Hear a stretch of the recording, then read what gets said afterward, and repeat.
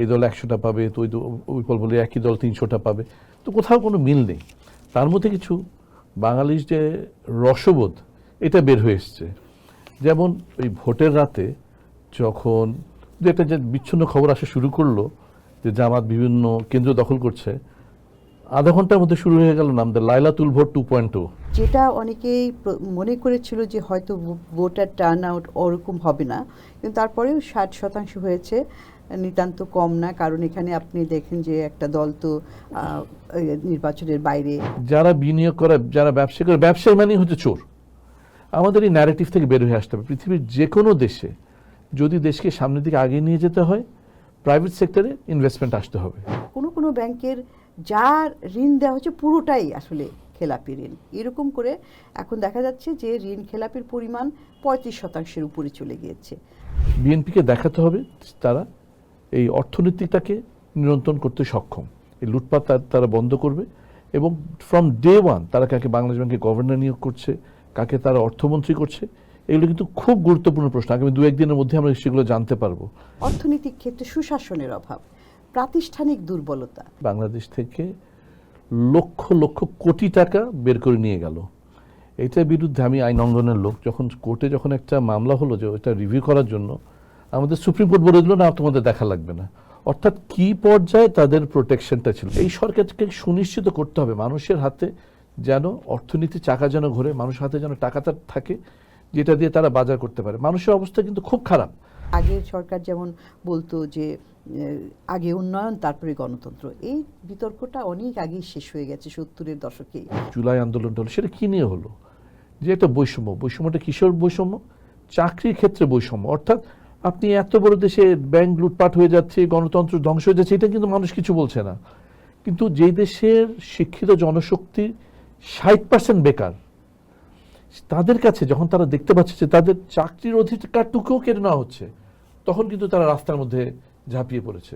জনাব তারেক রহমানের জন্য তিনি বলেছেন তিনি 1 কোটি কর্মসংস্থান কিভাবে করবেন, এটা কিন্তু বলা সোজা করা কঠিন। এই অন্তর্বর্তীকালীন সরকার তো আর নির্বাচিত সরকার না। তারা কিন্তু যেটা করেছে সেটা কিন্তু নিজেরাই সিদ্ধান্তটা নিয়েছে। এখানে জনগণের অংশগ্রহণের তো প্রশ্নই ওঠে না। ইলেকশন পোস্টে আপনাদের সবাইকে স্বাগত জানাচ্ছি। যেই প্রত্যাশা নিয়ে জনগণ এই ভোটে নির্বাচনে ভোট দিতে গেছেন, সেই প্রত্যাশাটা কতটা পূরণ হবে, সেই বিষয়গুলো নিয়ে আজকে আমরা আলোচনা করব। আমাদের সাথে দুজন অতিথি আছে। আমরা আজকে আমাদের এই পুরো আলোচনায় একটা নাম রেখেছি, সেটি হচ্ছে জনগণের ভোট জনগণের ভাগ্য ফেরাবে। জনগণের ভাগ্য ফেরাবে কিনা সেই বিষয়গুলো নিয়ে কিন্তু আমরা আলোচনা করার চেষ্টা করব। আমার সাথে আছেন barrister Omar Sadat, supreme court আইনজীবী, নাগরিক অধিকার কর্মী। আপনাকে স্বাগত আমাদের আজকের অনুষ্ঠানে। আমার সাথে আছেন ডক্টর ফাহমিদা খাতুন, নির্বাহী পরিচালক, সিপিডি। কেমন আছেন আপনারা? জি ভালো, জি। ভোট হলো, সবাই টান টান উত্তেজনা, ভোট দিতে যাওয়া মানে একটা ব্যস্ততার মধ্য দিয়ে কিন্তু গেল, ফলাফলও চলে আসলো। আমাদের এই ভোটটা অনেকদিন পরে হলো, তো খুব উত্তেজনার ভোট হলো যে কে জিতবে কে হারবে। আমরা তো আগে থেকে জানতাম যে এর আগের ভোট 2-3টে যে ভোট হলো কে জিতবে আমরা আগে থেকে জানতাম। মানে 5টা ভোট পাবে অপোজিশন আর 10টা পাবে, সেটা নিয়ে আলোচনা হতো। যে তাহারা কিন্তু সবই নির্ধারিত ছিল। তো এবারের ভোটে সেই উত্তেজনাটা ছিল, খুব ভালো লাগলো। মানুষ দেখছে, অ্যানালাইসিস করার চেষ্টা করছে, পোল কি বলছে। এক পোল বলে এই দল 100টা পাবে, তো ওই পোল বলে একই দল 300টা পাবে, তো কোথাও কোনো মিল নেই। তার মধ্যে কিছু বাঙালির যে রসবোধ এটা বের হয়ে এসছে। যেমন ওই ভোটের রাতে যখন একটা যে বিচ্ছিন্ন খবর আসা শুরু করলো যে জামাত বিভিন্ন কেন্দ্র দখল করছে, আধা ঘন্টার মধ্যে শুরু হয়ে গেল নাম লাইলাতুল ভোট 2.0, যে জামাতের ক্ষেত্রে। আবার যেমন বলছে যে সবাই এখন বলছে যদি স্ত্রী নির্বাচন করতে হবে তাকে হতে হবে মির্জা আব্বাসের মতো, 10 কথাও এক কথা বলবে না। তো এই যে রসবোধগুলো নিয়ে বেশ মজার নির্বাচন হলো। এবং বাংলাদেশের ইতিহাসে বিভিন্ন সময় অত্যন্ত গুরুত্বপূর্ণ নির্বাচন হয়েছে। এবং তবে আমার মনে হয় এবারের নির্বাচনটা অত্যন্ত একটা গুরুত্বপূর্ণ নির্বাচন এই কারণে যে একটা ধ্বংস হয়ে যাওয়া, একটা ধ্বংসস্তূপের উপর বসে থেকে কিন্তু যে নতুন যারা আসছেন, জনাব তারেক রহমান যে আসছেন, তাকে কিন্তু একটা ধ্বংসস্তূপের উপর বসে তাকে নতুন করে সব কিছু তৈরি করতে হবে।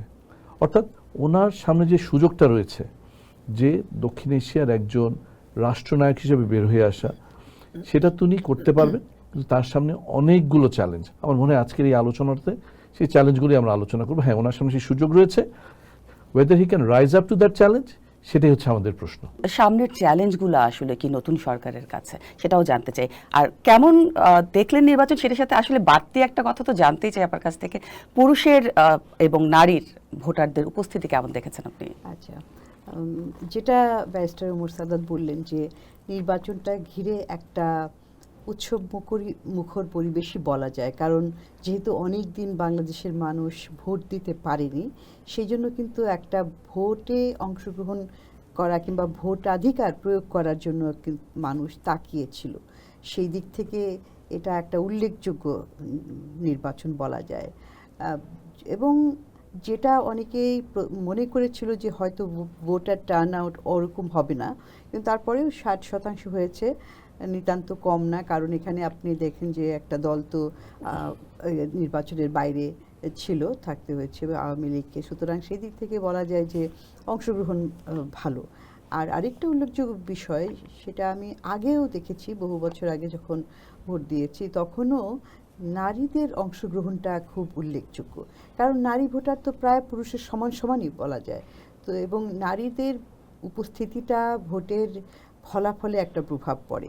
এবং এই বছরে আরও একটা ডাইমেনশন যুক্ত হয়েছে, সেটা হচ্ছে যে তরুণ প্রজন্মের অংশগ্রহণ, যারা প্রথমবার ভোটার হয়েছেন, ভোট দেওয়ার যোগ্য, এবং দ্বিতীয়ত যারা আগেও ভোটার হওয়ার যোগ্যতা অর্জন করেছিল, হয়তো এক টার্ম আগে কিংবা তার আগে, কিন্তু তারা ভোট দিতে পারেনি, সেই দিক থেকেও তাদের জন্য প্রথম। তো এই প্রথম ভোটার অনেক ছিল। সব মিলিয়ে আমি বলবো যে অংশগ্রহণটা বেশ উল্লেখযোগ্য। চ্যালেঞ্জের কথা বলতে গেলে অনেক বলতে হয়, এটার পরিসর অনেক বড়, কারণ অর্থনৈতিক চ্যালেঞ্জটা এই সরকার যেটা পেতে যাচ্ছে, যেটা নিয়ে যাত্রা শুরু করবে, এটা একটা সংকটময় অবস্থা। অর্থনৈতিক চ্যালেঞ্জ একটা কঠিন অবস্থার মধ্যে রয়েছে, কিন্তু এটা শুরু হয়েছে বেশ কিছু আগে থেকে। 24-এর অভ্যুত্থানের পরে যে অর্থনীতি পেয়েছিল অন্তর্বর্তীকালীন সরকার, সেটাও খুব দুর্বল অবস্থা ছিল, সেটাও তারা উত্তরাধিকার সূত্রে পেয়েছিল। এখন সেটা কিভাবে, এর আগে যখন পূর্ববর্তী সরকার ছিল তখন একটা লম্বা সময় ধরে মোটামুটিভাবে অর্থনীতির অবস্থাটা ভালো ছিল, একটা সামষ্টিক অর্থনীতির স্থিতিশীলতা ছিল, এই অর্থে যে তখন প্রবৃদ্ধি হার বাড়ছিল, উচ্চ প্রবৃদ্ধি ছিল, যদিও বিভিন্ন সংখ্যা নিয়ে আমাদের সমালোচনা ছিল, কারণ সংখ্যাগুলোর সাথে একটা অপরটার সাথে মিল ছিল না, সেটা নিয়ে আছে। তারপরেও মনে করেন যে যদি কিছু ডিসকাউন্ট করে কমানো হয়, তারপরেও বাংলাদেশের প্রবৃদ্ধি ভালো ছিল অন্যান্য দক্ষিণ এশিয়ার দেশগুলোর তুলনায়, আর অন্যান্য ধরেন স্বল্পোন্নত দেশ সেগুলোর তুলনায় তো বটেই।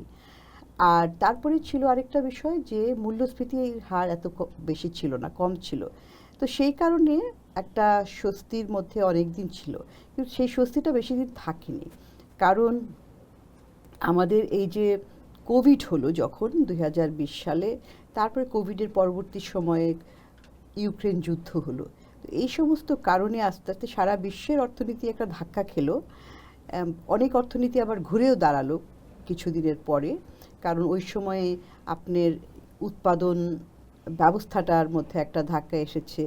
তারপরে হচ্ছে লজিস্টিক, অর্থাৎ পণ্য চলাচলের ক্ষেত্রে পণ্য থাকলেও সেটা আসার ট্রান্সপোর্টেশন, লজিস্টিক্যাল, অর্থাৎ পুরা সরবরাহ শৃঙ্খল বা সাপ্লাই চেইন যেটা, এটার মধ্যে ডিসরাপশন হওয়ার ফলে আপনার এই পণ্যের সরবরাহ কমে যাওয়ার ফলে একটা মূল্যস্ফীতিরও বেড়েছে। তারপরে যেটা বললাম যে ইউক্রেন যুদ্ধের ফলে, তো সেই অবস্থা থেকে অনেক অর্থনীতি ঘুরে দাঁড়িয়েছে, যেগুলোর ফান্ডামেন্টালস অর্থাৎ কিনা স্তম্ভটা, ভিত্তিটা শক্ত, তারা তাড়াতাড়ি ঘুরে দাঁড়াতে পেরেছে। কিন্তু আমি যেটা বললাম যে আমাদের অর্থনীতি এখন প্রবৃদ্ধি করছিল, কিন্তু তার পাশাপাশি কিছু সাযুজ্যহীনতা, অসাযুজ্যতা, ইনকোহেরেন্স ছিল, ইন দ্য সেন্স যে আমরা উচ্চ প্রবৃদ্ধি করছি কিন্তু বিনিয়োগ বাড়ছিল না। তো কোথা থেকে প্রবৃদ্ধি আসে? প্রবৃদ্ধি আসতে হবে বিনিয়োগ না থাকলে। বিনিয়োগটা প্রায় 1 দশক থেকে একটা স্থবির অবস্থায়, জিডিপির আকারে আমরা বলি যে জিডিপির তুলনায় বলে থাকি হিসাব, সেটা 23-24% মধ্যে একটা স্থবির অবস্থায়। কিন্তু আবার দেখছিলাম যে খালি প্রবৃদ্ধি বাড়ছে, আবার প্রবৃদ্ধি হচ্ছে, কর্মসংস্থান নাই। কারণ কর্মসংস্থান হবে কোত্থেকে? বিনিয়োগ নাই। বিনিয়োগ নাই। তারপরে প্রবৃদ্ধি হচ্ছে আপনার বৈষম্য বাড়ছে, যেটা আমরা জিনি কোএফিশিয়েন্ট ইকোনমিক্সের সেটা একটা ইন্ডিকেটর, সেটা দিয়ে সেটা বাড়ছে, অর্থাৎ বৈষম্য বাড়ছে। তার মানে হচ্ছে মানুষের হাতে, সবার হাতে একভাবে যাচ্ছে না, আয়টা, প্রবৃদ্ধি সুফলটা যাচ্ছে না। তো এইরকম কিছু অ্যানোমালিস, অসাযুজ্যতা থাকার ফলে সেই প্রবৃদ্ধি এটা সাস্টেনেবল হয় না, টেকসই হয় না, কারণ দুর্বল ভিত্তির উপর দাঁড়িয়েছে, টেকসই হয় না। এবং আরও আরেকটা বিষয় যে প্রবৃদ্ধি তো হচ্ছে, কিন্তু আমার অর্থনৈতিক ক্ষেত্রে সুশাসনের অভাব, প্রাতিষ্ঠানিক দুর্বলতা। সুশাসনের অভাব কি দেখেন, ব্যাংকিং খাতের যে বিশৃঙ্খলা, এটা প্রমাণ যে আপনার এখানে বিরাট একটা ব্যাংক থেকে ঋণ খেলাপির পরিমাণ বাড়ছে, ঋণ খেলাপিদের সংখ্যা বাড়ছে, অর্থ পাচার হয়ে যাচ্ছে। তো এরকম একটা মানে বিভিন্ন জায়গায় জায়গায় একটা দুর্বলতাগুলি এটার ম্যানিফেস্টেশন হচ্ছে। ব্যাংকিং ক্ষেত্রে যেটা বলা হয় যে অন্তর্বর্তীকালীন সরকারের ক্ষেত্রে কিছুটা তারা স্থিতিশীলতা ফিরিয়ে আনার চেষ্টা করেছে বা একটু গতিশীলতা, ওইটা যে বিভিন্ন জায়গায় যে অসামঞ্জস্যতাগুলি, দুর্বলতাগুলি বের হতে থাকলো, যে ওই প্রবৃদ্ধির গল্পটি যেটা আমরা শুনেছি সেটার কিন্তু ভিত্তিটা খুব দুর্বল অবস্থা, যার জন্য ওটা ক্র্যাক ডাউন করলো। এবং তারপরে ওই যে মূল্যস্ফীতি বাড়লো, যেটা তো সেটা তো উপরের দিকে চললো, গত 3 বছর থেকে কিন্তু বাড়ছেই। এক সময় যে আপনার ডাবল ডিজিট 10% উপরে, প্রায় 11-র কাছাকাছি চলে গিয়েছিল, সেইটা প্রবৃদ্ধিও কমতে শুরু করলো, কারণ আর কত বিনিয়োগ ছাড়া তো প্রবৃদ্ধি, সেটাও কিন্তু। এবং সেটাই এই যে আপনার অন্তর্বর্তীকালীন সরকারের সময়ে হয়েছে, এই গত অর্থ বছরে যেটা 4%, কিন্তু তার আগের থেকেই আপনি 2022 সালের, তখন তো আগের সরকার ছিল, তখন থেকেই যদি দেখেন বিভিন্ন সূচক প্রবৃদ্ধি কমতে শুরু করেছে, বিনিয়োগও কমতে শুরু করেছে। তারপরে হচ্ছে আমাদের আরেকটা দুর্বলতা, কর আদায় নাই, কর জিডিপি অনুপাত খুব কম, সেটাও কিন্তু কমতেই থাকছে। গত 1.5 বছরে অন্তর্বর্তীকালীন সরকার কিছু রিফর্ম, কিছু সংস্কার হাতে নিয়েছে। সবগুলো না, এত সমস্যার মধ্যে সবগুলো নেওয়া সম্ভব না। কিছু কিছু ক্ষেত্রে, বিশেষ করে আমি বলবো যে ব্যাংকিং খাতে, ব্যাংকিং খাতে তাদের মনোযোগ দিয়েছে, কিছু কিছু রিফর্ম শুরু করেছে। কিন্তু যার ফলে এর একটা অন্যতম বিষয় হচ্ছে যে আপনার আসল চেহারাটা কি, বলা হচ্ছে ঋণ খেলাপি 10%, মোট ঋণ বিতরণের 10, 11, 12 এরকম, কিন্তু আসলে তো অনেক আসল চেহারা তো তারা দিচ্ছিল না ব্যাংকগুলো। সেটার জন্য অ্যাসেট কোয়ালিটি রিভিউ যেটা করেছে, প্রথমে 6টা ব্যাংকের করলো, সেটার ফলে দেখা গেল যে এমন ব্যাংকগুলোর কোনো ব্যাংকের যার ঋণ দেওয়া হচ্ছে পুরোটাই আসলে খেলাপি ঋণ। এরকম করে এখন দেখা যাচ্ছে যে ঋণ খেলাপির পরিমাণ 35%-এর উপরে চলে গিয়েছে। ওটা এখন এটা খারাপ হয়নি, আগের যে খারাপটা আসল অ্যাসেসমেন্ট করতে গিয়ে দেখা গেল। তো ওইরকম, যেটা আমি ছোট করে আসছি, যে সেটা হচ্ছে যে ওইগুলো সমস্যাগুলি এখন রয়ে গেছে, সব সমস্যার সমাধান হয়নি, কিন্তু কিছু কিছু ক্ষেত্রে পতন সেটা রোধ করা গেছে। একটা অন্যতম বিষয় হচ্ছে যে বৈদেশিক মুদ্রা রিজার্ভ, সেখানে থেকে বাড়ছে, এটা একটা বিষয়। আর মূল্যস্ফীতি কমছে, যদিও খুব ধীর গতিতে, কিন্তু আপনার 10-11 থেকে এখন 8.6-এর কাছে নেমে এসেছে এইগুলা। কিন্তু তারপরেও যে বিশাল একটা লিস্ট আমি বললাম আরো রয়েছে, আবার বিদেশি ঋণের একটা বড় অঙ্কের একটা বোঝাও কিন্তু দিয়ে যাচ্ছে। অ্যাবসলিউটলি, সেইগুলো কিন্তু এই সরকারকে এগুলোতে হাত দিতে হবে। একটু ব্যারিস্টার ওমর সাদ, জি, চ্যালেঞ্জগুলো আপনি কি দেখছেন? আসলে আপা যে কথাগুলো বললেন, আপাতত সিপিডির এক্সিকিউটিভ ডিরেক্টর, অত্যন্ত গুরুত্বপূর্ণ পদে আছেন। সব কথা তো উনি খোলামেলাভাবে বলতে পারেন না বা বলতে চাচ্ছেন না। গত সরকারের সময়, গত সরকার বলতে বোঝাচ্ছি যে এই আওয়ামী সরকারের সময় প্রতিটা প্রতিষ্ঠান ধ্বংস হয়ে গেছে। এবং যদি ব্যাংকিং সেক্টরটা বলি, যে রাষ্ট্রীয়ভাবে লুটপাট হয়েছে। আপনি যদি দেখেন যে এসালমের মতো একটা কোম্পানি বাংলাদেশ থেকে লক্ষ লক্ষ কোটি টাকা বের করে নিয়ে গেল, এটার বিরুদ্ধে আমি আইন অঙ্গনের লোক, যখন কোর্টে যখন একটা মামলা হলো যে ওটা রিভিউ করার জন্য, আমাদের সুপ্রিম কোর্ট বলে দিল না, তোমাদের দেখা লাগবে না। অর্থাৎ কি পর্যায়ে তাদের প্রোটেকশনটা ছিল, যে হাইকোর্ট বলল যে এটা রিভিউ করে দেখা হোক তারা কিভাবে লোনটা নেওয়া হয়েছে, লোন দেওয়া হয়েছে।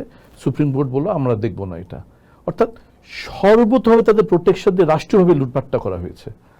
অর্থাৎ সেখান থেকে যখন আমরা ফেরত আসব, তাহলে আমরা এই নতুন সরকারকে মাথায় রেখে এই কথাগুলো বলছি। তাহলে প্রথমেই তাদের সুনিশ্চিত করতে হবে যে এই সরকারের সময় যেন এটা না হয়। আমাদের এটা স্বীকার করতে হবে যে বাংলাদেশ আজকে যে অর্থনৈতিক পর্যায়ে যেটা পৌঁছে গিয়েছিল তার মধ্যে কিন্তু জনাব সাইফুর রহমান সাহেবের একটা বড় ভূমিকা ছিল। তৎকালীন বিএনপি সরকারের সময় 1991 থেকে 96 এবং 2001 থেকে 2006 মধ্যে যে যা বলুক না কেন শক্ত হাতে কিন্তু এই ইকোনমিকটাকে কন্ট্রোল করেছিলেন। বিএনপিকে দেখাতে হবে তারা এই অর্থনীতিটাকে নিয়ন্ত্রণ করতে সক্ষম, এই লুটপাট তারা বন্ধ করবে এবং ফ্রম ডে ওয়ান তারা কাকে বাংলাদেশ ব্যাংকে গভর্নর নিয়োগ করছে, কাকে তারা অর্থমন্ত্রী করছে, এগুলো কিন্তু খুব গুরুত্বপূর্ণ প্রশ্ন। আগামী 2-1 দিনের মধ্যে আমরা সেগুলো জানতে পারবো। তো সেখানে যদি তারা যথাযোগ্য ব্যক্তিত্ব না বসায় প্রথমে কিন্তু গন্ডগোলটা শুরু হয়ে যাবে। দ্বিতীয়ত যে জিনিসটা এসছে যে বিনিয়োগ কত হয়নি, অর্থাৎ বাংলাদেশে আপনি যদি চারিদিকে তাকিয়ে দেখেন যারা বিনিয়োগ করে, যারা ব্যবসা করে, ব্যবসায়ী মানেই হচ্ছে চোর। আমাদের এই ন্যারেটিভ থেকে বের হয়ে আসতে হবে। পৃথিবীর যে কোনো দেশে যদি দেশকে সামনের দিকে আগিয়ে নিয়ে যেতে হয় প্রাইভেট সেক্টরে ইনভেস্টমেন্ট আসতে হবে। যদি প্রাইভেট সেক্টরে ইনভেস্টমেন্ট বা বিনিয়োগ না হয় তাহলে কিন্তু দেশ সামনের দিকে আগাবে না। আপনি যদি দেখেন এই যে আমাদের যে জুলাই আন্দোলনটা হলো সেটা কী নিয়ে হলো, যে একটা বৈষম্যটা কিশোর বৈষম্য, চাকরির ক্ষেত্রে বৈষম্য। অর্থাৎ আপনি এত বড় দেশে ব্যাংক লুটপাট হয়ে যাচ্ছে, গণতন্ত্র ধ্বংস হয়ে যাচ্ছে, এটা কিন্তু মানুষ কিছু বলছে না। কিন্তু যেই দেশের শিক্ষিত জনশক্তি 60% বেকার, তাদের কাছে যখন তারা দেখতে পাচ্ছে যে তাদের চাকরির অধিকারটুকুও কেড়ে নেওয়া হচ্ছে তখন কিন্তু তারা রাস্তার মধ্যে ঝাঁপিয়ে পড়েছে। অথচ গত এই যে 1.5 বছরে যে সংস্কারগুলো করছে কোথাও কিন্তু আমরা এটা নিয়ে দেখি যে কীভাবে কর্মসংস্থান হবে। মানে আমাদের যে চার্টার হলো এই কর্মসংস্থানের ব্যাপারে তো একটা দিক নির্দেশনা থাকা উচিত ছিল বলে আমি মনে করি, সেটা কিন্তু নাই। অর্থাৎ জনাব তারেক রহমানের জন্য তিনি বলেছেন তিনি 1 কোটি কর্মসংস্থান কিভাবে করবেন, এটা কিন্তু বলা সোজা করা কঠিন। মানে আমরা তো অনেকদিন ধরে যেটা বলছিলাম বিনিয়োগ আসছে না, শিল্প কারখানা, যেটা গ্যাসের অভাবে শিল্প কারখানাগুলো তৈরি হচ্ছে না, কর্মসংস্থানটা আসলে হবে কোত্থেকে? জি, তো এইখানে যে জিনিসটা হচ্ছে যে আমাদের এই সব কিছু মিলিয়ে আমাদের যে এই জিডিপি আমাদের বেড়ে যাচ্ছে কিন্তু অথচ ওই বিনিয়োগ হচ্ছে না। এখন আমরা আপাতত সে কথা বললেন, একজন অর্থনীতিবিদ হিসেবে বললেন, আমি একজন সাধারণ মানুষ হিসেবে বলি যে আমরা সাধারণ মানুষ কিন্তু জিডিপি বুঝে তার বাজারের ব্যাগে খাবারটা আসছে কিনা, সে ঠিকমতো বাজার করতে পারছে কিনা, এই সরকারকে সুনিশ্চিত করতে হবে মানুষের হাতে যেন অর্থনীতি চাকা যেন ঘোরে, মানুষের হাতে যেন টাকাটা থাকে যেটা দিয়ে তারা বাজার করতে পারে। মানুষের অবস্থা কিন্তু খুব খারাপ। আমরা যারা এই টেলিভিশনে শীতাতপ নিয়ন্ত্রণের মধ্যে আলোচনা করছি তারা হয়তো বুঝতে পারছি না যে মানুষের অবস্থা আজকে কতটা খারাপ। কত মানুষ ঢাকা ছেড়ে গ্রামের দিকে চলে গেছে, আবার কত মানুষ গ্রাম ছেড়ে ঢাকায় চলে এসে রিক্সা চালাতে। এই যে ইকোনমিক মাইগ্রেশনটা অনেক বেশি। অর্থাৎ তাহলে এবারের ভোটটা কি? এবারের ভোটটা কি কেবলমাত্র একটা রাজনৈতিক দলের পরিবর্তনের নির্বাচন, নাকি একটা আমার মনে হয় জনগণ চায় একটা শাসন ব্যবস্থার পরিবর্তন। কেবলমাত্র মানে আওয়ামী লীগ গিয়ে বিএনপি আসলো, আমার মনে হয় মানুষ এই পরিবর্তনটা চায় না, এর চেয়েও বেশি শাসন ব্যবস্থার পরিবর্তনটা চায়। কারণ চারিদিকে আস্থার সংকট, যতক্ষণ পর্যন্ত আস্থার পুনর্গঠনটা না করা হচ্ছে কেবলমাত্র এই নির্বাচন দিয়ে কিন্তু এই সমস্যার সমাধান হবে না। নতুন সরকারকে ফ্রম ডে ওয়ান আস্থার সংকটকে কাটিয়ে আস্থাকে পুনর্গঠন করতে হবে। এবং দ্বিতীয় যে প্রশ্নটা আসছে সেটা কীভাবে হবে, তার 2-3টা জিনিস খুব প্রয়োজন। প্রথম যে জিনিসটা প্রয়োজন সেটা হলো গণতন্ত্র। আমাদের গণতন্ত্রকে পুনর্গঠন করতে হবে। এখন দেশে গণতন্ত্র কিন্তু ছিল না। আপনাকে প্রফেসর ইউনূসের সরকারকে আপনাকে ধন্যবাদ দিতে হবে, তারা কিন্তু একটা সুষ্ঠু নির্বাচন দিয়েছেন। সেই সুষ্ঠু নির্বাচনের মাধ্যমে একটি রাজনৈতিক দল ক্ষমতা এসছে। কিন্তু তারা এসে এই 211 সিট কিন্তু খুব ভয়ের ব্যাপার, কারণ 211 সিট থাকলে কিন্তু কোথাও কোনো জবাবদিহিতা থাকে না। তারা এই জবাবদিহিতার মধ্যে তাদেরকে যেতে হবে, কারণ বিরোধী দল থাকে কিন্তু তাদের জন্যই ভালো। আজকে যে আওয়ামী লীগ একেবারে ধ্বংস হয়ে গেছে তার কারণ হচ্ছে কোনো বিরোধী দল ছিল না, তাদেরকে ঠেকানোর কেউ ছিল, যা ইচ্ছা তাই করেছে, কোথাও বলার কেউ ছিল না, প্রতিটা প্রতিষ্ঠান ধ্বংস হয়ে গেছে। সুতরাং নতুন সরকারকে প্রথম দিন থেকে মনে রাখতে হবে তারা যেন প্রতিষ্ঠানগুলো পুনর্গঠন করে, গণতন্ত্রকে পুনর্গঠন করে, বিরোধী দলকে তারা যেন কথা বলার সুযোগ করে দেয়। তারা রাষ্ট্রের একটা অংশ, তাদের রাষ্ট্রকে সঠিকভাবে পরিচালনার জন্য এই বিরোধী দলের প্রয়োজন। আমরা অনেকেই পছন্দ করতে পারি বা না করতে পারি, জামাতের প্রতি আমাদের ব্যক্তিগত পছন্দ অপছন্দ থাকতে পারে, কিন্তু আমাদের এটা মনে রাখতে হবে আমরা পছন্দ করি বা না করি তারা বিরোধী দলে আছে। এবং শক্তিশালী বিরোধী দল আসলে একটা পার্লামেন্টের জন্য খুব বেশি পার্লামেন্টের জন্য, দেশের জন্য খুবই জরুরি। যদি না থাকে তাহলে দেশ ধ্বংস হয়ে যায়, যেটা আমরা দেখেছি এটা হয়েছে। দ্বিতীয় হচ্ছে যে আমাদের যে, আমি ব্যক্তিগতভাবে আইন অঙ্গনের লোক, যে আমাদের আদালত ব্যবস্থাটাকে শক্তিশালী হতে হবে। আপনি যদি দেখেন যে সিঙ্গাপুরে একটা যদি কমার্শিয়াল ডিসপিউট হয় 6 মাসের মধ্যে শেষ হয়ে যায়, বাংলাদেশের কমার্শিয়াল ডিসপিউট শেষ হলে কবে শেষ হবে সেটা কেউ বলতে পারে না। ডক্টর ফাহমিদা, আপা যে বিষয়টা ব্যারিস্টার ওমর সাদাত বলছিলেন যে গণতন্ত্র প্রতিষ্ঠা করা বা গণতান্ত্রিক পথে এগিয়ে যাওয়া, সেইটা আবার ডেভেলপমেন্ট, দুইটাই কিন্তু এই সরকারকে করতে হবে। তো সেই জায়গাটায় আমরা দেখলাম যে ভূ রাজনীতির ক্ষেত্রে একটা ভূ রাজনৈতিক চক্রে যেন যেন আটকে যাচ্ছে। আমরা কিছুদিন আগে কিন্তু দেখলাম অসম একটা বাণিজ্য চুক্তি যুক্তরাষ্ট্রের সাথে। তো সেই জায়গাটায় আসলে আপনি চ্যালেঞ্জ কতটা দেখবেন? আচ্ছা, এখানে আপনার প্রশ্নের দুটো দিক, একটা হচ্ছে যে গণতন্ত্র এবং উন্নয়ন। তো ব্যারিস্টার ওমর সাদাত খুব সুন্দর করে বলেছেন যে আমার যদি গণতান্ত্রিক চর্চাটা শক্তিশালী না হয় তাহলে কিন্তু অর্থনৈতিক ক্ষেত্রেও এটার ভুল সিদ্ধান্তগুলি আসতে থাকবে, এবং একটা দেশে যখন স্বৈরাচার গড়ে ওঠে তখন কিন্তু সেটা অবধারিতভাবে অর্থনৈতিক ক্ষেত্রে সংকট সৃষ্টি করবেই। কেন করবে? কারণ যে সিদ্ধান্তগুলি নেওয়া হয় সেখানে তো সেই সিদ্ধান্তটা ভালো কি মন্দ হলো, সেটা সাধারণ জনগণের উপর কেমন প্রভাব পড়বে, এইটা নিয়ে আলোচনা করার জন্য পার্লামেন্ট নাই, বিরোধী দল নাই, এবং এটাকে চ্যালেঞ্জ করার জন্য আর কেউ নাই। আর মানুষও বলতে পারে না, কারণ তার স্বাধীনতা নাই, তার বাক স্বাধীনতাও কেড়ে নেওয়া হয়।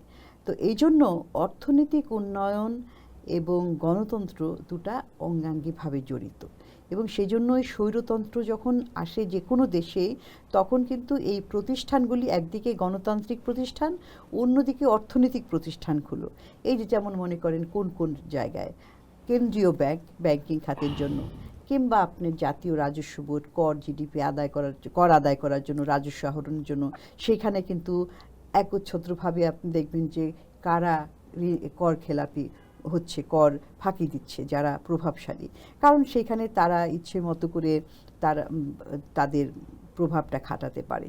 সেখানে একটা বিরোধী দল কিংবা জনগণের প্রতিনিধি এটাকে চ্যালেঞ্জ করার জন্য থাকে না। তো এই কারণে কিন্তু ওই সমস্ত দেশগুলো আপনার দুর্বল থেকে দুর্বলতর হয়ে যাচ্ছিল। হ্যাঁ, কিছু কিছু দেশ আমাদের আগের সরকার যেমন বলতো যে আগে উন্নয়ন তারপরে গণতন্ত্র, এই বিতর্কটা অনেক আগেই শেষ হয়ে গেছে 70-এর দশকেই, এবং এটার সাথে একটার সাথে আরেকটার কোনো দ্বন্দ্ব নাই। আপনার একদিকে গণতান্ত্রিক চর্চা থাকবে, গণতন্ত্র শক্তিশালী হবে, অন্যদিকে আবার উন্নয়ন কার্যক্রমও দুটোই প্যারালালি চলতে থাকবে, এবং যেটা কিনা গণতান্ত্রিক দেশ। আবার মনে করেন যে সমস্ত দেশ সেটা নাই, ওই প্র্যাকটিসটা চীনের মতো দেশ, সেটা একদলীয় শাসন ব্যবস্থা, সেটার কথা আলাদা। কিন্তু আমরা তো একটা গণতান্ত্রিক দেশ, আমাদের এখানে বহুদলীয় শাসন ব্যবস্থায় এরকম থাকে, সেটার জন্য কিন্তু গণতান্ত্রিক চর্চাটা খুব গুরুত্বপূর্ণ। আর দ্বিতীয় আরেকটা বললেন যে ওই যে ধরেন চুক্তির কথা বল, সেটাও কিন্তু সেটার জন্যও কিন্তু বহুদলীয় গণতান্ত্রিক ব্যবস্থাটা খুব গুরুত্বপূর্ণ, এবং সেটার জন্য নির্বাচিত সরকার খুব গুরুত্বপূর্ণ। এখন যেটা হয়েছে, এই অন্তর্বর্তীকালীন সরকার তো আর নির্বাচিত সরকার না, তারা কিন্তু যেটা করেছে সেটা কিন্তু নিজেরাই সিদ্ধান্তটা নিয়েছে, এখানে জনগণের অংশগ্রহণের তো প্রশ্নই ওঠে না। এবং উপরন্তু যে সমস্ত রাজনৈতিক দলগুলো আছে তাদের সাথেও কিন্তু আলোচনা করা হয়নি। তো যে কোনো চুক্তি, বড় চুক্তি হলে অবশ্যই এটা জাতীয় স্বার্থে হচ্ছে কিনা, এটা মানুষের জন্যই হচ্ছে কিনা, সেটার জন্য মানুষের প্রতিনিধিদের সাথে আলাপ করতে হবে। তো তারপরে হচ্ছে যে এটার ভিতরে কি আছে না আছে, সেই সুযোগ তো এটা ছিল না। সুতরাং এই অন্তর্বর্তীকালীন সরকার এটা একটা পরবর্তী এই বিএনপি সরকার যখন গঠন করবে তাদের উপরে রেখে গেল, এবং তাদেরকেও এখন বিরাট একটা দায়িত্বের মধ্যে ফেলে গেল, কারণ এই চুক্তির দিকগুলো পুঙ্খানুপুঙ্খভাবে বিবেচনা করতে হবে, এবং চুক্তিটার যে বের হয়েছে ডিটেলসটা, সেখানে তো আমরা দেখেছি যে কি ধরনের শর্ত কে কি করছে, সেখানে অনেক ধরনের অসম শর্তগুলো রয়েছে, যেখান থেকে বাংলাদেশের আসলে সমস্যা, মানে বাংলাদেশের উপকার হওয়ার সম্ভাবনা কম, কারণ এটা একটা উইন উইন চুক্তি তো হয়নি। হ্যাঁ, আমাদের রেসিপ্রোকাল ট্যারিফ আগে 20% দিয়েছিল, সেটা থেকে 19-এ নামিয়েছে 1%। আপনি বলতে কমিয়েছে। পারেন যে এই প্রতিযোগিতায় ফিয়ার্সলি কম্পিটিটিভ ওয়ার্ল্ডে 1% কম না। এবং তারপর আরেকটা বিষয় আছে যে কিন্তু যেই শর্তগুলো ওরা দিয়েছে সেখানে আসলে এই 1% কমের হ্যাঁ সেটাই খুব উল্লেখযোগ্য কিনা?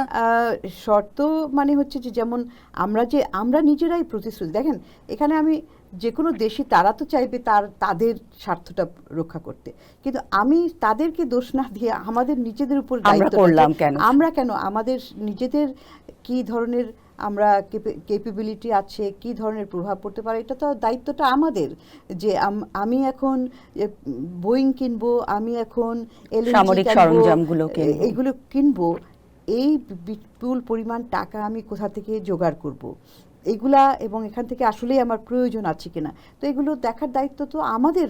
এবং আরেকটা বিষয় দেখলাম যে ওখানে যে চীনের সাথে বাণিজ্য করা যাবে না, মুক্ত বাণিজ্যের ক্ষেত্রে, তাহলে বিনিয়োগের কথা যে আমরা বলছি এখন, সেই বিনিয়োগের ক্ষেত্রে তো একটা বড় বাধা হয়ে দাঁড়াবে। আমরা তো দেখলাম যে চীনের সাথে চীন বাংলাদেশের সাথে বিভিন্ন জায়গায় বিনিয়োগ করার জন্য আগ্রহ প্রকাশ করছে। হ্যাঁ সেটাই, ভারতের সাথে আমাদের একটা সমস্যা আছে। এই চুক্তিটা শুধুমাত্র যে অর্থনৈতিক কিংবা বাণিজ্য চুক্তি হয়েছে তা তো না, এটা একটা ভূ রাজনৈতিক দৃষ্টিভঙ্গি থেকে একটা ভূ রাজনৈতিক চুক্তি বলা যায়, এবং সেই জন্যই কিন্তু এখানে শর্ত দেওয়া হয়েছে। এবং সেটা আসলে তারা করে থাকে, যুক্তরাষ্ট্র ভারতের সাথে যেটা করেছে সেখানেও তারা বলেছে যে রাশিয়া থেকে তেল কিনতে পারবে না, ভেনেজুয়েলা থেকে কিনবে, এরকম। তো সেগুলি দেওয়া থাকে, কিন্তু অনেক দেশের জন্য সেগুলো তারা বিবেচনা করে যে তারা কতখানি পারবে কি পারবে না। আমাদেরগুলো সেই বিবেচনাটা কে করলো সেটাই, কারণ মানুষ তো এটা এই দৃশ্যে ছিল না, মানুষ তো অন্ধকারে ছিল।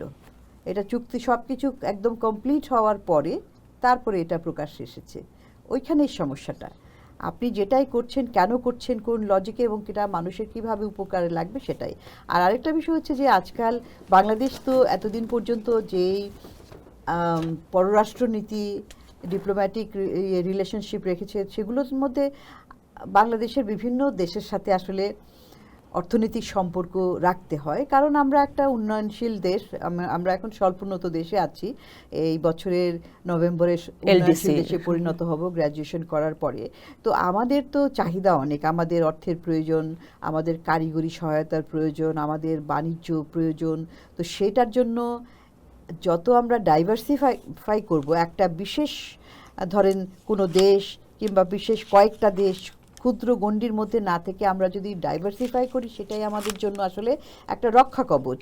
তো সেই জন্য যখন এই ধরনের শর্ত আসে, শর্তটা আমি কিভাবে পূরণ করব এবং পূরণ করার ফলে কি প্রভাবটা পড়বে, সেগুলো আসলে বিবেচনায় রাখা উচিত। সেটা শুধুমাত্র এখন দেখলাম যে অন্তর্বর্তীকালীন সরকারের কয়েকজন মিলে এটাকে করেছে মানুষকে না জানিয়ে, সেটা কিন্তু আসলে এটা খুব একটা স্বচ্ছতার জায়গাটা থেকে আসলে একদম অস্বচ্ছ প্রক্রিয়া হয়েছে, এবং এটার দায়ভারটা এখন যেয়ে পড়বে আগামী সরকারের উপরে। তার মানে বড় একটা দায় তাদের কাছে পড়ছে। ব্যারিস্টার ওমর সাদাত, জি, এইখানে আমরা বাংলাদেশের যে ভূ রাজনৈতিক অবস্থাটা আছে, আমরা একটা গরিব দেশ কিন্তু খুব স্ট্র্যাটেজিক্যালি পজিশনড একটা দেশ। সেখানে আমাদের কিন্তু একটা ভূ রাজনৈতিক নিরপেক্ষতাটা রাখাটা খুব জরুরি। মানে আমি গত সরকারের আগে সরকারের সময় দেখলাম যে তীব্র পাকিস্তান বিরোধিতা, ইউনূস সরকারের সময় দেখলাম তীব্র ভারত বিরোধিতা। আমাদের একটা মাঝামাঝি জায়গায় আসতে হবে। আমরা নিরপেক্ষতার জায়গা থেকে আমাদের সুবিধাকে মাথায় রেখে আমাদের এই জায়গাটা ঠিক করতে হবে। আমরা যদি পুরো জায়গাটার মধ্যেই যদি একটা স্থিতিশীলতা রাখতে না পারি আমাদের ফরেন পলিসিতে, আপনি দেখবেন যে কটা দেশ গত 50 বছরে বড় হয়েছে, তারা কিন্তু ফরেন পলিসি তাদের স্থিতিশীল ছিল। আমি আজকে তারপরে দিন ওদিক করে কিন্তু আপনি সামনের দিকে বেশি দূর আগাতে পারবেন না, কারণ আপনি কারোরই তখন ট্রাস্টেড পার্টনার হবেন না। সবাই মনে করবে যে সুবিধা মতো ডানে বামে ঘোরে। সুতরাং আমাদের জন্য নিরপেক্ষতা খুব জরুরি, এবং অন্য কোনো দেশে নির্ভরতাটা না করে আমাদের সামনে দিকে আগাতে হবে। আমাদের এই নির্ভরতাটার জায়গাটাকে আমার মনে হচ্ছে এবার একটু বেশি হয়ে গেল কিনা, সেটা আমাদের প্রশ্ন করতে হবে, এবং নতুন সরকারকে সেই ব্যাপারটাকে অত্যন্ত গুরুত্বের সঙ্গে সাবধানতার সঙ্গে বিবেচনা করে সামনের দিকে আগাতে হবে। আমাদের সামনে যে জিনিসগুলো আসছে, ধরেন এই বিষয়গুলো করবে কি? এটা হচ্ছে প্রশাসন। আমাদের দেশে প্রত্যেকটা জায়গাতে আপনি পলিটিসাইজেশন হয়ে গেছে, এই যে ধরেন আমাদের আদালত অঙ্গনই বলেন না, পুরোপুরি পলিটিসাইজড। সবচেয়ে দুঃখজনক বিষয় হলো যে ডাক্তাররা, এই সরকার আসলে এই ডাক্তারগুলো সাচিপের ডাক্তার প্রমোশন পায়, আর এই সরকার আসলে ড্যাবের ডাক্তাররা প্রমোশন পায়। মানে প্রত্যেকটা সেক্টরেই আসলে প্রত্যেকটা sector, এটা আমাদের কালচার হয়ে প্রশাসনের মধ্যে দাঁড়িয়েছে। এটা চলে গেছে, মিলিটারির মধ্যে এটা চলে গেছে, প্রফেশনালিজম সব জায়গায় ধ্বংস হয়ে গেছে। অর্থাৎ আপনার তো মানে সরকার তো চালায় হচ্ছে রাজনীতিবিদ, কিন্তু দেশ তো চালায় প্রশাসন। এই প্রশাসনের যদি আপনি পরিবর্তন না করেন, এই আমলাতান্ত্রিক যে আমাদের আমরা যেটা বলি যে জটিলতা বলেন, বা এই আমলারাই তো দেশটা চালায়। অর্থাৎ এই আমলাদের মধ্যে থেকে যদি আমরা এই পরিবর্তনটা নিয়ে আসতে না পারি, আমরা এই ডিপলিটিসাইজেশন করতে না পারি, তাহলে কিন্তু নতুন সরকার খুব বেশি সামনের দিকে আগাতে পারবে না। আর এই একইভাবে ধরেন আমাদের ব্যাংকিং খাতের মধ্যে কি একটা বিশাল দুর্নীতি হয়ে গেল, এই ব্যাংকিং খাতে আমাদের একটা পরিবর্তন নিয়ে আসতে হবে নতুন সরকারের জন্য। এই যে সিন্ডিকেট বাণিজ্য, মানে আমরা সব জায়গায় দেখেছি যে প্রতিটা সরকারি ব্যবসা বাণিজ্যের মধ্যে সিন্ডিকেট ঢুকে আছে। পুরো জিনিসটা ডিজিটালাইজেশন করতে হবে, এই সিন্ডিকেট বাদ দিতে হবে। এটা কিন্তু সরকারের পক্ষে করা খুব সহজ, এবং যদি শুধু এই সিন্ডিকেটটা বাদ দিতে পারে, অর্থনীতিবিদরা বলছেন যে আমাদের দেশে জিডিপি এক ধাপে 2% বেড়ে যাবে যদি এই সিন্ডিকেটটা বাদ দেওয়া যায়, যদি মধ্যস্বত্ব ভোগীদেরকে বের করে দেওয়া যায়। অর্থাৎ মানে আমাদের জন্য, আমরা যারা এখানে বসে কথা বলছি, আমাদের জন্য বলা সহজ, তাদের জন্য করাটা অনেক কঠিন। বেশি কঠিন। কিন্তু এটা কিন্তু আমাদের করতে হবে, কারণ এই শাসন ব্যবস্থার পরিবর্তন আনতে গেলে এই জিনিসগুলো যদি আমরা করতে না পারি, আমরা সামনের দিকে আগাতে পারবো না। ব্যারিস্টার ওমর সাদেত, আরেকটা বিষয় যে বিএনপি যে ইশতেহার ঘোষণা করলো, সেই ইশতেহারের মধ্যে কোন কোন বিষয়গুলো আসলে বিএনপির জন্যই বড় চ্যালেঞ্জ? এই যে ফ্যামিলি কার্ডের কথা যে আমরা ওনার বলেছেন, দেখুন অর্থনীতির উন্নতি হয় কিন্তু নীতি দিয়ে। You have a stable economic policy, প্রণোদনা দিয়ে কিন্তু অর্থনৈতিক উন্নতি হয় না। কিন্তু ওনারা ফ্যামিলি কার্ডে বলেছেন, এবং আমরা যারা মাঠ পর্যায়ে যারা দেখেছি, এই ফ্যামিলি কার্ডটা কিন্তু অত্যন্ত জনপ্রিয় হয়েছে মানুষের মধ্যে। কিন্তু এই টাকাটা কোথা থেকে আসবে, এই ইশতেহারের প্রশ্নগুলো আছে। আমি নগর নিয়ে কাজ করি, নগরের মধ্যে ওনারা বলেছেন যে ওনারা এই বস্তিগুলোতে সরকারি বাসভবন করে দেবেন গরিব মানুষের জন্য, তারা মনোরেল করবেন, তারা খাল খনন করবেন। এগুলো তো টাকা পয়সার ব্যাপার, এই টাকাগুলো কোথা থেকে আসবে? গত বছরে আমাদের যে রাষ্ট্রদের ঋণ করেছে সেটা অতীতের সকল বছরগুলোর চেয়ে বেশি। তাহলে আমাদের তো এখন করের আয় কম, আমাদের কি তাহলে সামনে কি আমাদের আরও রাষ্ট্রের ঋণ কি আরও বেড়ে যাবে? তারা কিভাবে এই জিনিসগুলোকে ফাইন্যান্স করবেন সেগুলো নিয়ে আলোচনা করতে হবে। আমাদের নগর নিয়ে, আমরা যেহেতু আমি নগর নিয়ে কাজ করি, ওনারা নগর নিয়ে বলেছেন যে ধরেন এই ফুটপাথগুলো ওনারা পরিষ্কার করে দেবেন। ওনারা বলেছেন যে আমাদের যে যানজট নিয়ে ওনারা কাজ করবেন। এই যানজট কিন্তু বাংলাদেশের সবচেয়ে বড় সমস্যা। প্রতি সপ্তাহে কর্মঘণ্টা আমার প্রত্যেকটা মানুষের প্রায় 8 ঘন্টা কর্মঘণ্টা নষ্ট হচ্ছে। তাহলে এটা যদি আপনি যদি কর্মশক্তিতে পরিণত করতে পারতেন, আপনি কতগুলো টাকা পেতেন। এই ছোট ছোট সমস্যা, কিন্তু ইশতেহারের মধ্যে কিন্তু অনেক কথা বলা আছে। এই প্রত্যেকটা কথা যদি ওনাদেরকে কাজে পরিণত করতে হয়, ওনাদেরকে আমার মতে 3 ভাগে ভাগ করে নিতে হবে, যে আমার short term, mid term, long term.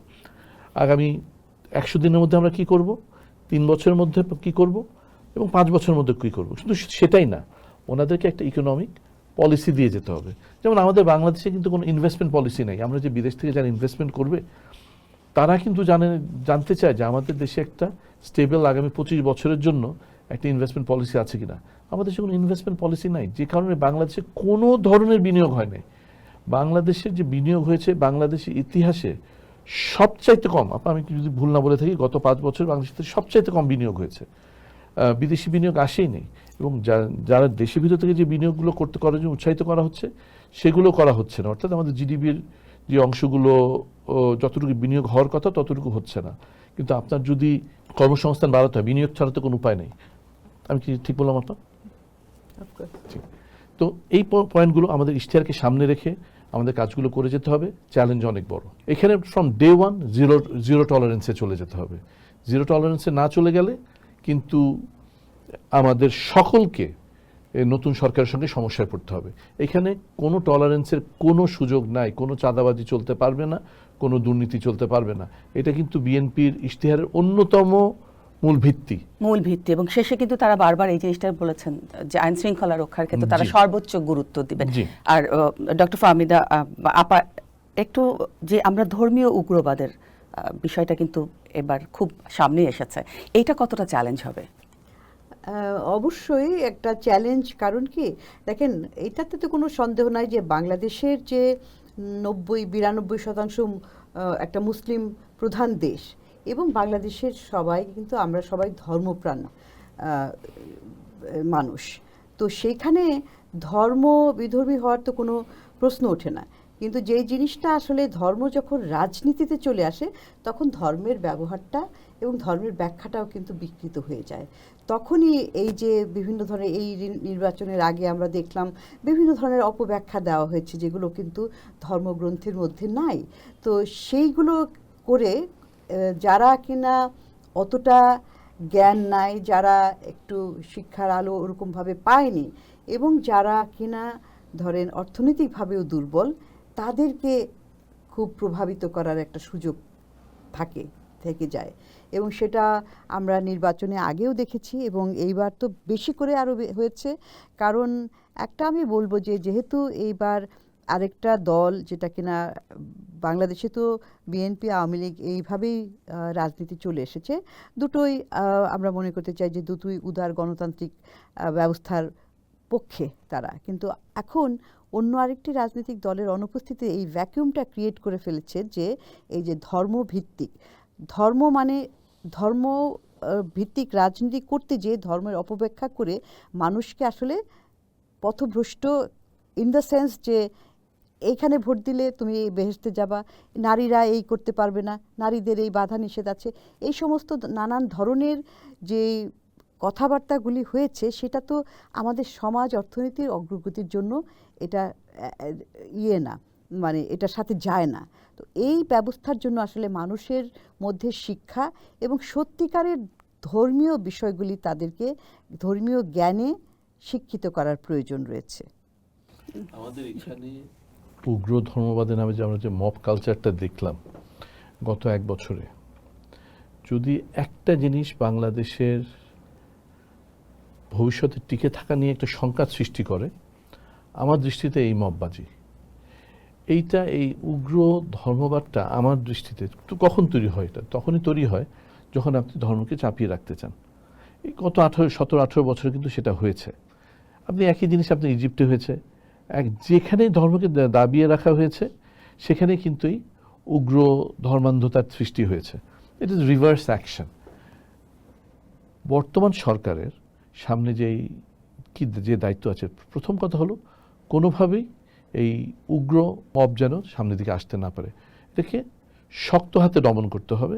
কিন্তু একই সাথে এমন কিছু করা যাবে না যেটা রিপ্রেশনের পর্যায়ে পড়ে, কারণ সেটাতে তার আরও বেশি শক্ত হবে। এবার হয়তো হচ্ছে না, 5 বছর পরে হয়তো তারা আরও শক্ত হয়ে ফেরত আসবে। এটাকে অত্যন্ত ডেলিকেটভাবে ম্যানেজ করতে হবে। আমাদের দেশ আজকে যে পর্যায়ে এসছে, আমাদের গত 54 বছর একটা উদার রাজনৈতিক মধ্যপন্থার দেশ হিসেবে কিন্তু আমাদের দেশটা সামনের দিকে এগিয়ে যাচ্ছে, এবং সেই অগ্রযাত্রায় আমরা যেন পিছিয়ে পড়ে না যাই, সেটা আমাদের আসলে আমরা যেন আফগানিস্তান না হয়ে যাই, সেটা কিন্তু আমাদেরকে মাথায় রাখতে হবে। কিন্তু নিশ্চিত করতে হবে। আপনি দেখেন, আপনি যদি ইরানের রেভলিউশনটা দেখেন, ইরানের রেভলিউশনটা করলো চালিস শরীয়তি, একটা লেফট উইং রাজনীতিবিদের নেতৃত্বে ইরানের রেভলিউশনটা হলো, রাজতন্ত্রকে সরিয়ে দেওয়া হলো। কিন্তু তারপরে কিন্তু 2 বছরের মধ্যেই কিন্তু খোমেনি এসে চেপে বসলো। আমাদেরও ভয় হচ্ছিল এবার যে বাংলাদেশে একই ঘটনা হয় কিনা। আল্লাহ আমাদের উপর সহায় হয়েছেন যে সে জাতীয় উগ্র ধর্মান্ধতার মধ্যে আমাদের দেশটা পড়েনি। আমরা মধ্যমপন্থা দেশ হিসেবেই সামনের দিকে এগিয়ে যাব। সেই ক্ষেত্রে থেকে আমাদেরকে সকলকে সাবধান থাকতে হবে, বিশেষত যারা নতুন ক্ষমতায় এসছে তাদেরকে খুব একটা ডেলিকেট ব্যালেন্সিং করতে হবে। যে একদিকে যেমন আমাদের ধর্মকেও আমাদের কোনোভাবে রিপ্রেশন করা যাবে না, একই সঙ্গে যেন আমাদের ধর্ম যেন আমাদের নাম দিয়ে যেন রাষ্ট্রকে গ্রাস করে না ফেলা হয়, সেটার ব্যাপারে তাদের সাবধান থাকতে হবে। আরেকটা একেবারে শেষ পর্যায়ে যে বিষয়টা জানতে চাই, আসলে ঢাকা 17 আসনে তারেক জিয়া তিনি তো আসলে জিতেছেন, সম্ভবত তিনি আগামীর প্রধানমন্ত্রী হতে যাচ্ছেন। তো 45 বছর পর বাংলাদেশ প্রথম পুরুষ প্রধানমন্ত্রী পেতে যাচ্ছেন। তো সেই জায়গাটায় আপনি মানে ঢাকা কতটা বদলাবে বলে মনে করছেন? ঢাকার সমস্যা অনেক। ঢাকা পৃথিবীর 2য় বৃহত্তম শহর। 2045-এর মধ্যে জাতিসংঘের হিসেব অনুযায়ী আমরা পৃথিবীর বৃহত্তম শহর হব। আমরা কি সেটার জন্য তৈরি? আমরা তো এখনই তৈরি না। আমাদের শহরে 80 কিলোমিটার জায়গার মধ্যে এত বিশাল জনগোষ্ঠী বাস করছে। আমরা কি শহরটাকে বিকেন্দ্রীকরণ যদি আমরা না করি তাহলে কিন্তু হবে না। এই সচিবালয়ের 10 কিলোমিটারের মধ্যে যত সেবা প্রদানকারী সংস্থা বাংলাদেশ সরকার সবই 10 কিলোমিটারের মধ্যে। এখানে বিকেন্দ্রীকরণ করতে হবে। ঢাকা শহরের বায়ু পৃথিবীর মধ্যে সবচেয়ে দূষিত, ঢাকা শহরের পানি পৃথিবীর মধ্যে সবচেয়ে দূষিত, এবং এখান থেকে যদি আমাদের বের হয়ে আসতে হয় তাহলে কিন্তু আমাদের অবিলম্বে ব্যবস্থা নিতে হবে। আমাদের ঢাকা শহরে আমি যদি আজকে ঢাকা শহরে থাকি আর আমি যদি আজকে যুক্তরাষ্ট্রে থাকি তাহলে আমি 7 বছর কম বাঁচবো যদি আমি ঢাকা শহরে থাকি, কারণ এখানকার বাতাস এত দূষিত। সুতরাং বাতাসের দূষণ কমাতে হবে। আমাদের পানির স্তর প্রতিদিন নেমে যাচ্ছে। একটা শহর কখন ধ্বংস হয়ে যায়? যখন পানি থাকে না। আমাদের কিন্তু পানির অবস্থা খুব খারাপ। কেবলমাত্র ভূগর্ভস্থ পানির কিন্তু নাই, কিন্তু অনেক নিচে নেমে গেছে। আমরা কিন্তু পুরো ঢাকা শহর চলছে এখন মেঘনা নদীর পানি দিয়ে। ঢাকার আশেপাশে যত আমাদের নদী আছে, খাল আছে, বিল আছে, সব কিছু কিন্তু আমরা নষ্ট করে ফেলেছি। আজকে আমরা যেখানে বসে আলোচনা করছি, এই বাসার যত পয়বর্জ্য অর্থাৎ পেশাব পায়খানা সব কিন্তু পাশের লেকে গিয়ে পড়ছে। কোথাও কোনো পয় নিষ্কাশন ব্যবস্থা গড়ে তোলা হয়নি। যানজটে আমাদের অবস্থা ত্রাহিতে। আমি একটু আগেই বলছিলাম, উনি আজকে ঢাকা শহরের এমপি হয়েছেন, উনি বলেছেন ঢাকা শহরকে উনি বদলাবেন। ওনার প্রতি বিশাল চ্যালেঞ্জ। কিন্তু এটা যদি উনি না বদলান, ঢাকা শহর কিন্তু বাংলাদেশের হৃৎপিণ্ড। এই হৃৎপিণ্ড যদি বন্ধ হয়ে যায় এই দেশকে কিন্তু আইসিইউতে চলে যেতে হবে। ফেরত আসা কিন্তু খুব কঠিন। তাই এটা মাথায় রেখে আমাদের দেশকে সামনের দিকে আগিয়ে নিয়ে যাওয়ার জন্য আমাদের ঢাকার প্রতি নজর দেওয়া অত্যন্ত জরুরি। কারণ ঢাকা না বাঁচলে আমরা কেউ বাঁচবো না। ডক্টর ফাহমিদা, আমরা নারীর যে বিষয়টা যখন উগ্র ধর্মীয় রাজনীতির কথা আসছিল, ধর্মীয় উগ্রবাদের কথা আসছিল, তখন আপনি বলছিলেন যে বেশ কিছু বিষয় নারীর ক্ষেত্রে, এই যে নারী বান্ধব একটা পরিবেশ তৈরি করা ঢাকা বা সারা দেশকে এই যে নারী বান্ধব করার যে বিষয়গুলো, নারীর অধিকারগুলোকে সামনে আনা, নারীরা এখন অনেক উদ্যোক্তা হচ্ছে, সব কিছু মিলিয়ে তাদেরকে নারী বান্ধব করার ক্ষেত্রে বা উদ্যোক্তা তৈরির ক্ষেত্রে তাদেরকে সহযোগিতা করা, ব্যাংকিং ক্ষেত্রে সব কিছু মিলিয়ে একটু ছোট করে আপনার কাছে, কারণ আমরা অনুষ্ঠানে একেবারে শেষ পর্যায়ে আছে। না, দেখেন, নারীর অংশগ্রহণ এখন সর্বত্র। নারী কৃষিক্ষেত্রে আছে, নারী শিল্পক্ষেত্রে আছে, নারী সেবা খাতে আছে, এবং প্রত্যেকটা খাতের বিভিন্ন এমন ধরনের কাজ করছে, ট্রেডিশনাল কাজের বাইরেও তারা করছে এবং খুব সফলতার সাথে করছে। এবং বাংলাদেশের শ্রমবাজারে নারীর অংশগ্রহণ প্রায় 40% মতো।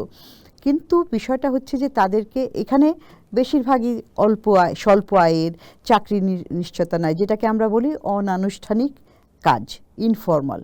তাদেরকে ফর্মাল সেক্টরে আনতে হবে।